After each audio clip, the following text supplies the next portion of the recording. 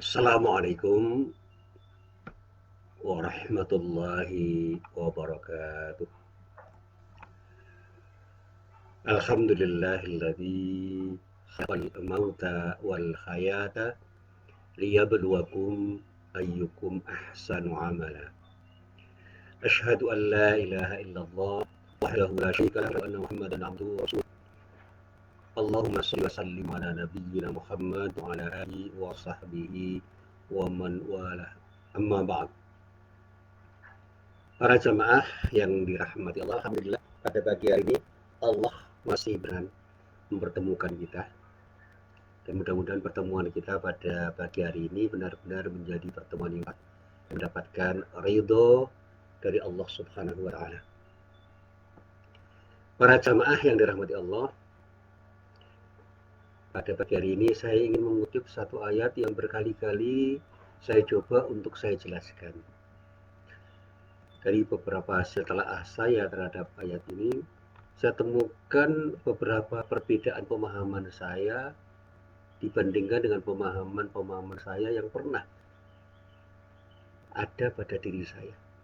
Jadi saya memahami ayat ini dalam beberapa kitab tafsir, dan begitu saya membaca yang lain, saya menemukan sesuatu yang relatif baru, tapi sebenarnya esensinya sama, tidak berbeda.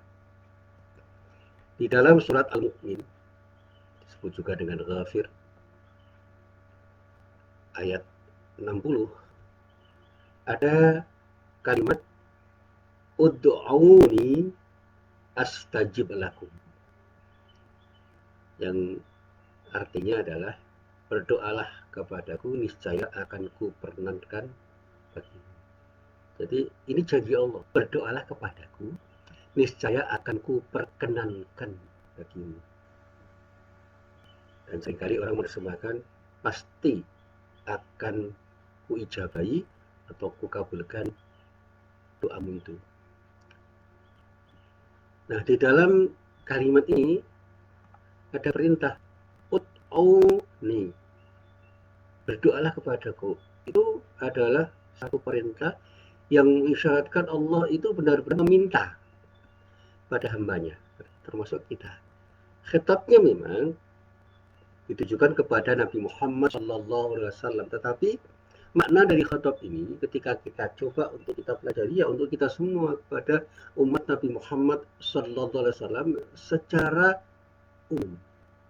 Semua orang tanpa kecuali, setiap orang tanpa kecuali diminta oleh Allah untuk berdoa kepada Allah. Dan janji Allah jelas, astajib, aku pasti akan mengabulkan lakum bagimu. Kumu siapa? Orang-orang yang berdoa kepada Allah itu akan dikabulkan doanya Allah. Ini kan janji Allah ini. Padahal dinyatakan innallaha la yukhliful mi'ad. Sesungguhnya Allah itu tidak akan pernah mengingkari janjinya. Jadi janji Allah itu pasti akan ditepati oleh Allah. Nah, kalau begitu, kenapa kita tidak mau berdoa kepada Allah? Sehingga saya selalu mengatakan, tidak ada satupun doa kita yang sia-sia. Karena apa? Semua doa itu akan didengar karena Allah, kalau dalam bahasa pesantren, digateki Gusti Allah, dan akan dikabulkan oleh Allah. Pasti akan dikabulkan Allah. Jadi ada pertimbangan Allah yang disebut Al-Hakim, yang maha bijaksana, untuk mengabulkan semua doanya yang menurut Allah itu baik untuk dikabulkan kepada hambanya yang berdoa. Ya, memang para ulama mengatakan bahwa perintah ini pada orang-orang yang beriman. Semua orang yang beriman diperintah oleh Allah untuk berdoa kepada Allah, dan pada saatnya doa orang yang beriman itu tidak akan ada satupun yang tidak dikabulkan oleh Allah, dimanapun dan kapanpun, dengan cara apapun yang oleh Allah memang sudah dirancang sedemikian rupa untuk kemaslahatan hambanya yang berdoa itu. Tetapi sekali lagi para jamaah yang berbahagia, saya perlu menegaskan tidak sedikit orang yang masih ragu tentang kemungkinan terkabulnya doa yang dia panjatkan. Padahal Allah telah berjanji kepada para hambanya bahwa dia akan mengabulkan setiap doa yang mereka mohonkan kepada dirinya. Jadi kita harus ingat, itu janji Allah. Allah menegaskan bahwa dia akan mengabulkan semua doa para hambanya tanpa kecuali. Ayat ini terdapat di dalam surah Al-Baqarah, yaitu ayat 186. Di dalam ayat itu Allah menyatakan, A'udzu billahi minasyaitonir rajim. Wa idza sa'alaka 'ibadi 'anni fa inni qarib. Ujibu da'watad da'i idza da'an. Falyastajibu li wal yu'minu bi la'allahum yarshudun. Jadi makna doa itu bisa kita serap lagi dari surat Al-Baqarah ayat 186. Yang ini menegaskan kembali janji Allah yang terdapat di dalam surah Al-Mu'min ayat 60. Jadi ada hubungan antara dua ayat itu ketika saya baca di dalam kitab tafsir, dan pada saatnya Allah menyatakan dengan penegasan yang setegas-tegasnya, wa idza sa'alaka ibadi anni, dan apabila hamba-hambaku bertanya kepadamu ya Muhammad tentang diriku, fa inni qarib, maka jawablah ya Muhammad bahwa sesungguhnya aku ini dekat, qaribun, dekat. Ujibu da'watad da'i dada'an, aku akan mengabulkan semua doa, semua permohonan orang yang berdoa apabila orang itu memohon kepadaku. Jadi janji Allah, semua doa yang dimohonkan oleh hambanya itu akan dikabulkan oleh Allah. Oleh karena itu dikatakan oleh Allah, falyastajibu li wal yu'minu bi la'allahum yarshudun. Maka hendaklah mereka itu memenuhi segala perintahku. Jadi prasyaratnya itu sederhana, penuhi semua perintahku. Ketika Allah memerintahkan apapun yang diperintahkan pada diri kita, penuhi. Jangan pernah kita enggan untuk memenuhi perintah Allah. Jangan pernah kita tidak mau memenuhi perintah Allah. Semua perintah Allah penuhi. Jadi kalau ada pernyataan sami'na wa ata'na itu kami dengar dan kami taat, itu artinya apa? Gak usah bertanya. Perintah Allah itu kira-kira harus kita penuhi atau tidak? Penuhi. Panggilan Allah, datangi. Larangan Allah, tinggalkan. Semua perintah yang diberikan oleh Allah pada diri kita kerjakan tanpa kecuali dan tidak perlu berpikir ulang untuk mau mengerjakan semua perintah Allah tanpa kecuali. Lalu ada pernyataan wal yu'minu bi, dan mereka itu beriman kepadaku. Artinya siapa? Mereka yang mau berdoa kepadaku itu dan sedang berdoa kepadaku, telah berdoa kepadaku, itu selalu menjaga iman mereka dengan seutuh-utuhnya. Jangan ada iman yang rusak. Ini konsep tauhid yang selalu saya sampaikan. Jadi rusaknya tauhid kita kepada Allah itu sering terjadi ketika kita itu enggan untuk memenuhi perintah Allah dan bahkan cenderung melanggar larangan Allah. Sekecil apapun larangan Allah itu, ketika kita langgar, sebenarnya itu merupakan indikator bahwa keberimanan kita itu tercederai.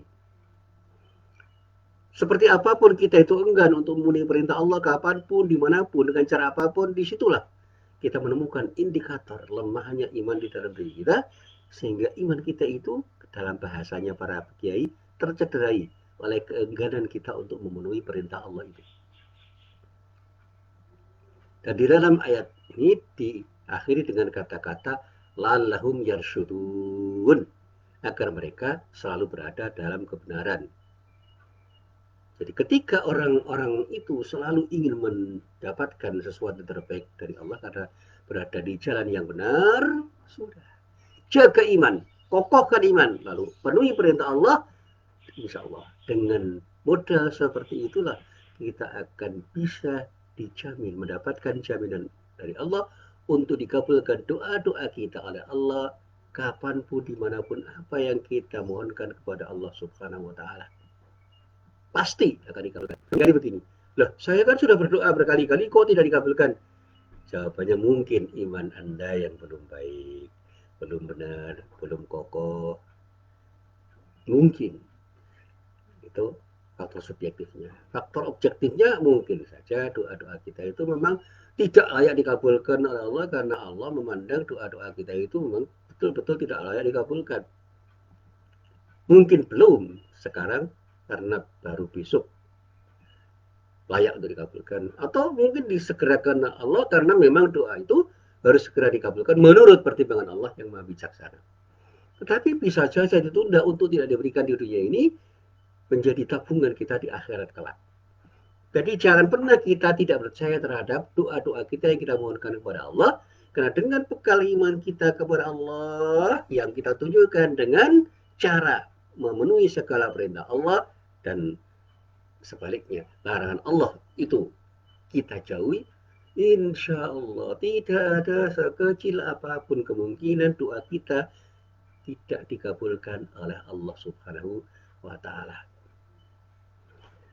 Nah, para jamaah yang dirahmati Allah, persoalan yang sering mengemuka adalah mengapa hingga seseorang yang telah berdoa itu hampir-hampir putus asa untuk memanjatkan doanya, karena apa yang diharapkan oleh orang yang berdoa itu seolah-olah tidak pernah kunjung tiba, dan oleh karena itu simpulan sederhananya doanya tidak dikabulkan oleh Allah Subhanahu wa Ta'ala.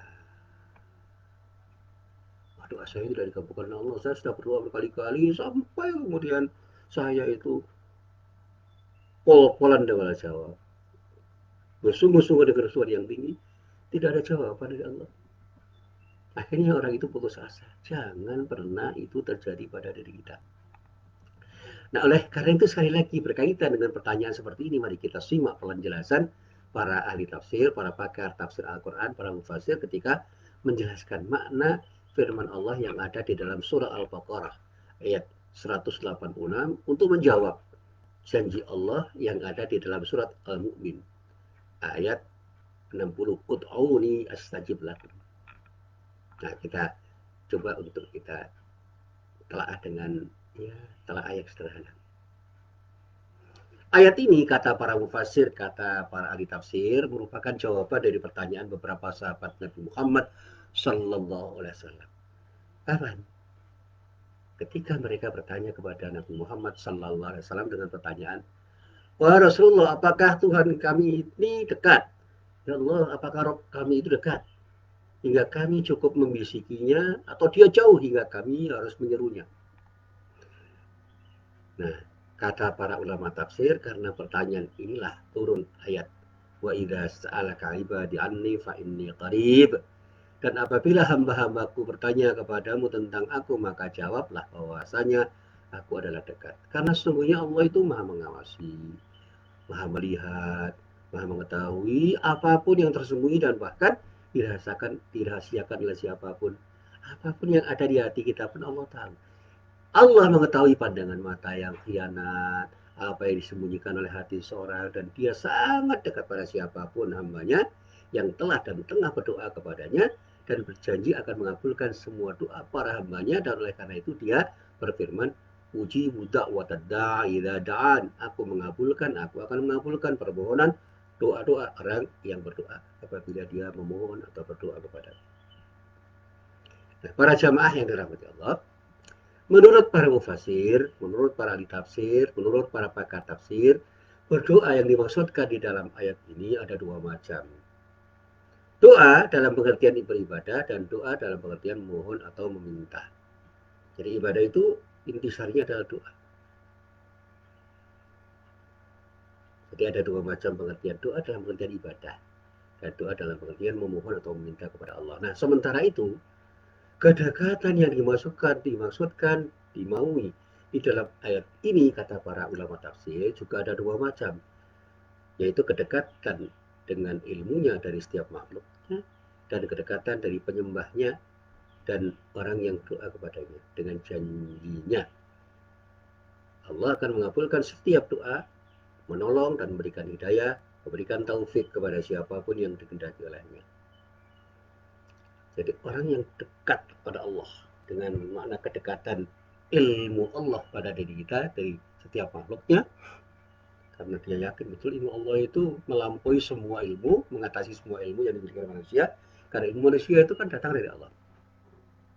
Dan juga kedekatan dari penyembahnya kepada Allah, karena apa? Kematangan spiritual orang itu yang kemudian mengakibatkan dia merasa dekat kepada Allah, sehingga ketika berdoa kepada Allah seolah-olah itu dia bermohon kepada orang, kepada sesuatu yang sangat dekat dengan dirinya, dan pada saatnya dia akan bisa tersenyum ketika berdoa karena dia yakin bahwa yang dimohon itu akan dikabulkan oleh orang yang dimohon olehnya, karena kedekatan dia kepada Allah.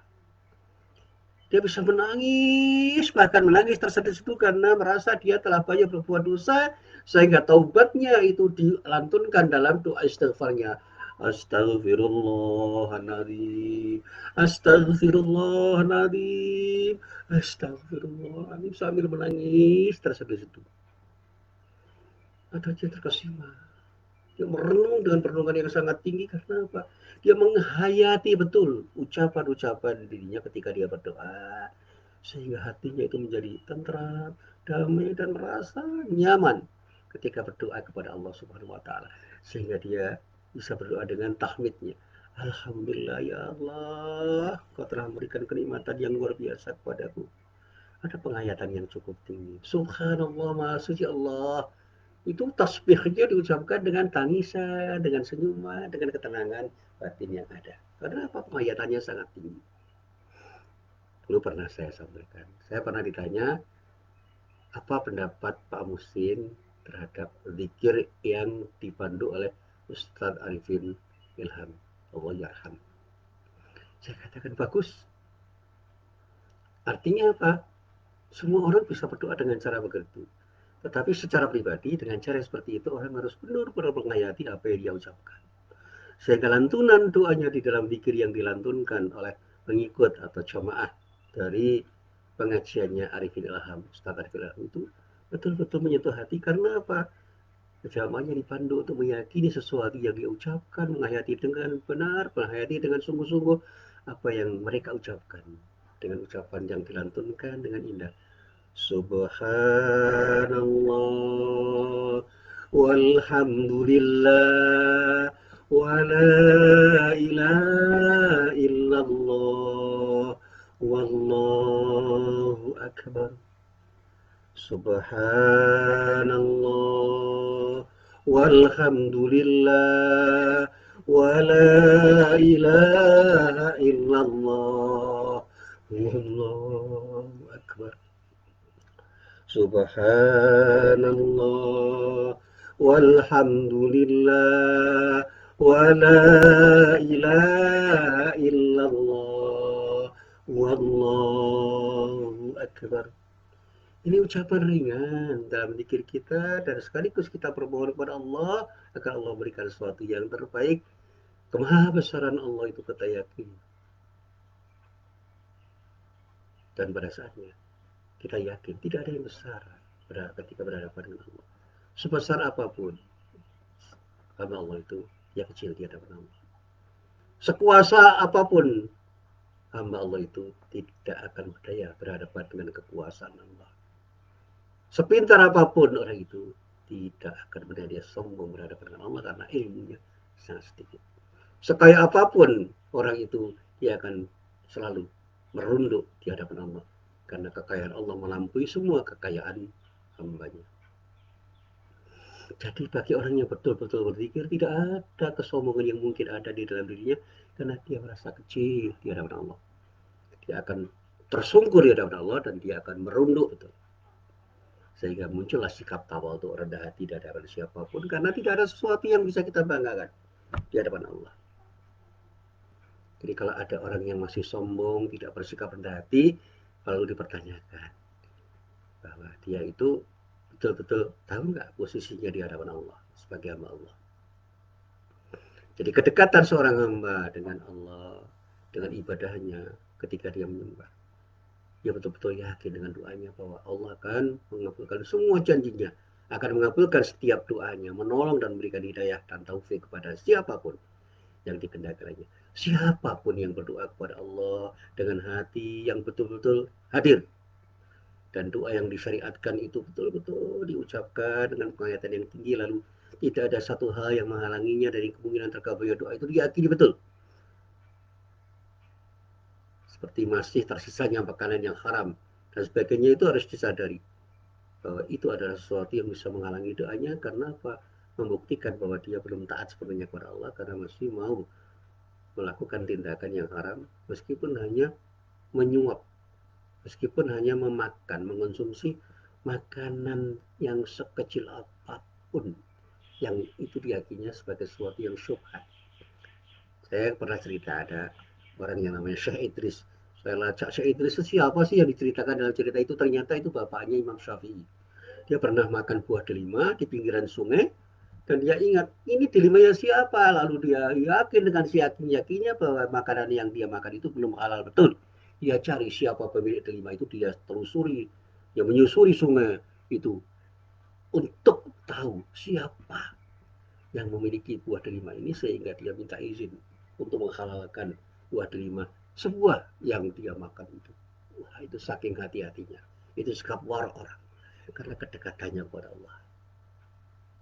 Nah, sekarang pernah nggak kita makan buah delima yang lain yang itu penuh dengan syubhat? Ya, jangankan buah delima, uang haram aja ada yang dimakan oleh orang yang tidak ingat kepada Allah. Korupsi itu kan membuktikan.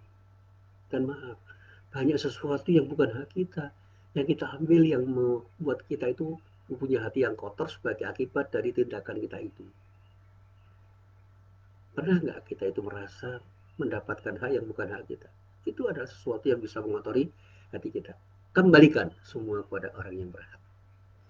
Saya katakan, sebagian harta yang kita miliki itu hak, ada haknya orang-orang miskin, ada haknya anak-anak yatim, ada hak-haknya orang-orang yang disebut mu'afa, mustad'afin, ada orang-orang yang memang perlu kita bantu, dan ketika itu tetap kita simpan, kita itu akan mendapatkan sesuatu yang tidak baik. Hati kita kotor karena menyimpan harta yang bukan hak kita. Ayo, saat ini kita coba untuk kita telah, masih adakah harta-harta kita yang menjadi hak-haknya orang-orang miskin yang sangat memerlukan dan bahkan lebih memerlukan daripada apa yang kita perlukan saat ini. Segera berikan dengan ikhlas karena Allah. Dan jangan pernah berpikir bahwa harta itu hanya duit. Ilmu kita itu adalah ilmu yang seharusnya kita pandang sebagai pemberian Allah, yang dari ilmu kita itu ada hak-hak orang yang sedang belajar untuk mendapatkan ilmu yang diberikan oleh Allah pada diri kita. Jadi ketika seorang guru atau seorang dosen mengajar, itu sebenarnya memberikan hak kepada orang yang diajar, karena itu adalah bagian dari cara kita untuk memberikan hak kepada orang yang dengan ilmu kita, insya Allah mereka akan mendapatkan hak-hak mereka. Jadi kalau ada orang yang punya ilmu, sombong ya, bahwa itu adalah milik saya, dan siapapun yang mau mencari ilmu pada diri saya harus bertanya mau bayar berapa. Ini kesombongan. Jangan pernah berpelit, bakhil, syuh untuk berbagi ilmu dengan siapapun. Termasuk ketika kita bertabligh, ketika kita mengajar, ketika kita memberi pengajian, itu adalah cara kita berbagi kepada orang yang berhak untuk mendapatkan ilmu yang sebenarnya bukan ilmu kita. Itu ilmu Allah yang dititipkan oleh Allah pada diri kita. Apalagi maaf, ketika kita sudah mendapatkan gelar, sampai gelar yang tertinggi, jangan pernah sombong dengan gelar-gelar itu. Maaf, saya tidak pernah silo dengan gelar-gelar yang disandang oleh siapapun. Dan saya, sekali lagi, ketika saya ditanya gelar Bapak apa, itu tidak penting bagi saya. Itu gelar itu hanya pertanda bahwa saya pernah sekolah dan lulus. Tapi yang jelas sampai detik ini saya terus akan belajar untuk tahu apa yang seharusnya saya ketahui, dan akan saya sebarluaskan pengetahuan yang saya miliki itu pada semua orang yang memang berhak untuk mendapatkan apa yang saya miliki, yang sebenarnya bukan milik saya, itu milik Allah yang dititipkan kepada diri saya. Itu titipan Allah yang harus saya berikan kepada orang yang berhak. Termasuk pagi ini saya ingin berbagi pada siapapun yang mau berbagi, yang tidak mau juga tidak apa-apa. Nah, sehingga dikatakan barang siapa yang berdoa kepada Allah dengan hati yang hadir, dengan doa-doa yang disyariatkan, lalu tidak ada sesuatu yang menghalangi dari kemungkinan terkabulnya doa itu, maka Allah akan mengabulkan doanya. Allah berjanji akan mengabulkan semua doa itu.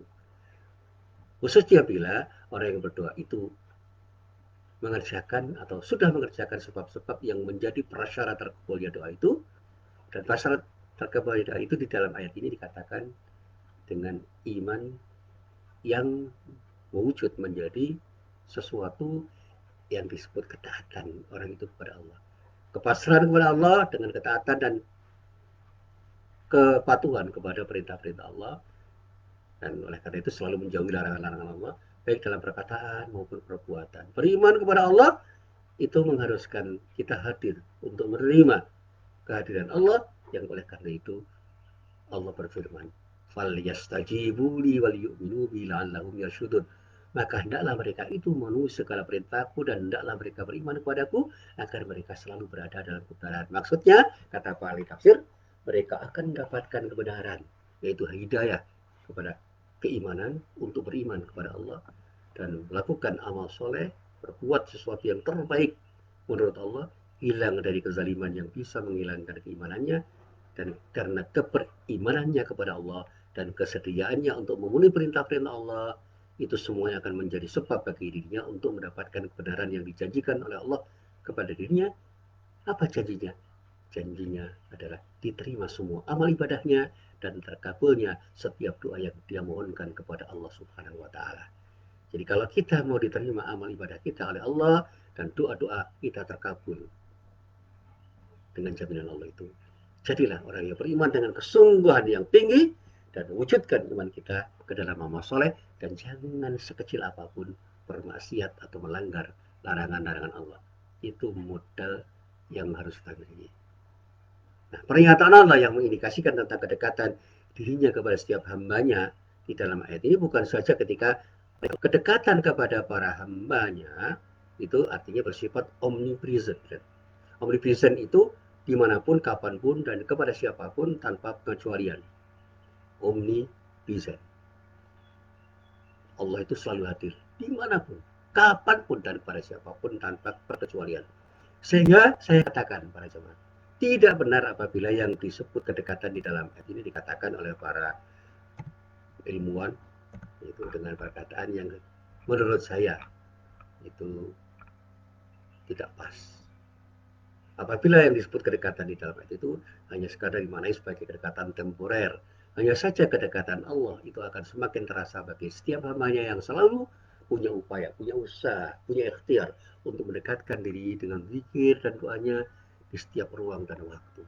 Jadilah orang yang selalu berzikir dengan doa-doa yang terus kita panjatkan itu, insya Allah kita akan selalu ingat pada zat yang kita mohon untuk memperkenankan doa-doa kita. Zikir dan doa itu satu paket. Dan itulah yang harus selalu kita ucapkan dari lubuk hati yang paling dalam, sehingga kedekatan kita kepada Allah itu terpelihara. Nah, demikian juga jaminan Allah yang dinyatakan akan selalu mengijabahi, mengabulkan setiap doa yang dimohonkan oleh para hambanya. Terkait dan apa yang bisa kita pahami dari ayat ini terkait dengan janjinya kepada siapapun tanpa kecualian, itu harus kita pahami betul dan kita yakini. Hanya saja para jamaah bisa dipahami lebih lanjut bahwa semuanya terkait dengan sifat maha kuasa Allah, karena mengijabahi atau mengabulkan setiap doa orang yang berdoa adalah hak Allah yang melekat pada dirinya, bukan kewajiban yang dibebankan oleh para hambanya kepada dirinya. Yang oleh karena itu tidak sepantasnya seorang hamba menuntut terkabulnya doa yang telah dimohonkan kepada Allah dengan tuntutan atau dengan cara memosisikan dirinya sebagai seseorang yang seolah-olah berhak memerintah untuk menuntut hak kepada siapapun yang berkewajiban untuk memenuhi hak-haknya. Jadi jangan pernah kita memaksa Allah untuk mengabulkan doa-doa kita, karena itu hak Allah, bukan kewajiban Allah. Berdoalah dengan satu sikap yang benar untuk bermohon kepada zat yang maha mengabulkan. Itu untuk mengabulkan semua doa kita menurut kehendak yang mutlak, tanpa ada kemungkinan kita mengintervensi atau memaksakan kehendak kepada Allah. Ya Allah, kumohonkan kepadamu untuk mengabulkan doa-doaku yang menurutmu terbaik untukku, dan jangan kau kabulkan permintaanku yang memang tidak baik untukku menurut apa yang kau pandang tidak pantas untuk kau berikan kepada aku. Sehingga maaf, di dalam doa-doa saya selalu saya panjatkan, ya Allah, berikan sesuatu yang terbaik untukku, menurut apa yang menurut dirimu terbaik untuk kau berikan kepada aku, dan jangan kau berikan sesuatu yang tidak baik untukku menurut apa yang kau pandang tidak baik untukku. Berikan semuanya kalau memang itu baik untukku, cabut semuanya kalau memang itu tidak baik untukku. Sehingga apapun yang diambil oleh Allah dariku, itu saya ikhlaskan untuk diambil, karena itulah yang terbaik menurut Allah. Sedangkan semua yang diberikan oleh Allah kepada diri saya akan saya syukuri, karena itulah sesuatu yang terbaik menurut Allah untuk diri saya. Sehingga maaf, ketika saya menjadi dosen, saya ditanya, Bapak menyesal nggak jadi dosen? Tidak, karena ini hasil istikharah saya. Saya mau jadi apa? Saya katakan saya harus menjadi pendidik. Termasuk ketika saya menjadi dai atau mubalik, itu pilihan saya. Itu panggilan hati, saya tidak pernah menyesal. Sehingga setiap panggilan orang yang memanggil saya untuk berdakwah, selalu saya sampaikan, insya Allah. Dan saya mencintai mahasiswa saya bukan karena apa-apa. Karena itu bagian dari keharusan saya sebagai seorang pendidik untuk mencintai orang-orang yang saya didik. Sehingga saya mencintai semua mahasiswa saya, mencintai semua murid-murid saya, mencintai semua jamaah saya, karena mereka lah orang-orang yang harus saya cintai, karena saya adalah seorang mubalik, karena saya seorang dai, karena saya seorang guru, saya seorang dosen yang harus mencintai semua orang yang berinteraksi dengan diri saya, dan semua saya berikan dalam rangka untuk membangun cinta saya kepada Allah. Saya cintai dirimu karena Allah. Itulah yang melekat pada diri saya. Sehingga ketika saya mencintai anak-anak saya, mencintai istri saya, itu adalah bagian dari cinta saya kepada Allah, dan semua saya cintai benar-benar karena Allah. Itu yang saya yakini dan membuat saya tenang. Saya tidak pernah menyesal terhadap apa yang telah, sedang, dan akan diberikan oleh Allah untuk diri saya, karena itulah yang terbaik menurut Allah. Dan itulah yang selalu saya sampaikan dalam setiap pengajian saya. Jadi sekali lagi, mari kita berdoa dengan sungguh-sungguh, sejujurnya mohon kepada Allah dengan ikhlas karena Allah. Jangan pernah kita itu tidak pernah berdoa kepada Allah, karena kita sangat bergantung kepada Allah. Dan yang terpenting, di antara yang penting untuk diperhatikan oleh setiap orang yang berdoa, jangan pernah mengabaikan perintah-perintah Allah dan melanggar larangan-larangannya, dan dengan senantiasa meneguhkan fondasi keimanan kita kepada Allah. Dan juga yang harus diingat bahwa Allah akan mengabulkan doa setiap orang dengan beragam cara. Kadang-kadang menangguhkan atau bahkan menyimpannya bagi orang yang berdoa untuk diberikan pada hari di mana tidak ada pertolongan kecuali dari Allah, yaitu di hari kiamat. Kadang-kadang dengan cara menghindarkannya dari keburukan atau musibah yang lebih besar, atau menggantinya dengan sesuatu yang lebih bermakna baginya, atau bahkan kadang-kadang dengan cara mempercepat perolehan apa yang dia mohonkan kepada Allah. Oleh karena itu, marilah kita berdoa dengan tulus, dengan ikhlas. Jangan pernah sekejap pun kita berputus asa dari rahmat Allah. Karena Allah telah berjanji untuk mengabulkan semua doa kita. Apapun doa kita itu, kapanpun kita bermohon, dan dimanapun kita berdoa. Inilah penjelasan ringkas hasil kajian saya terhadap Al-Quran. Surah Al-Baqarah ayat 186 untuk menjawab apa yang pernah saya baca di dalam Al-Quran. Surat Al-Mu'min ayat 60. Ud'auni astajib lakum. Berdoalah kepadaku, niscaya akan kuperkenankan bagimu doa-doamu itu. Mari kita mulai. Ibda bin nafsik. Assalamualaikum warahmatullahi wabarakatuh.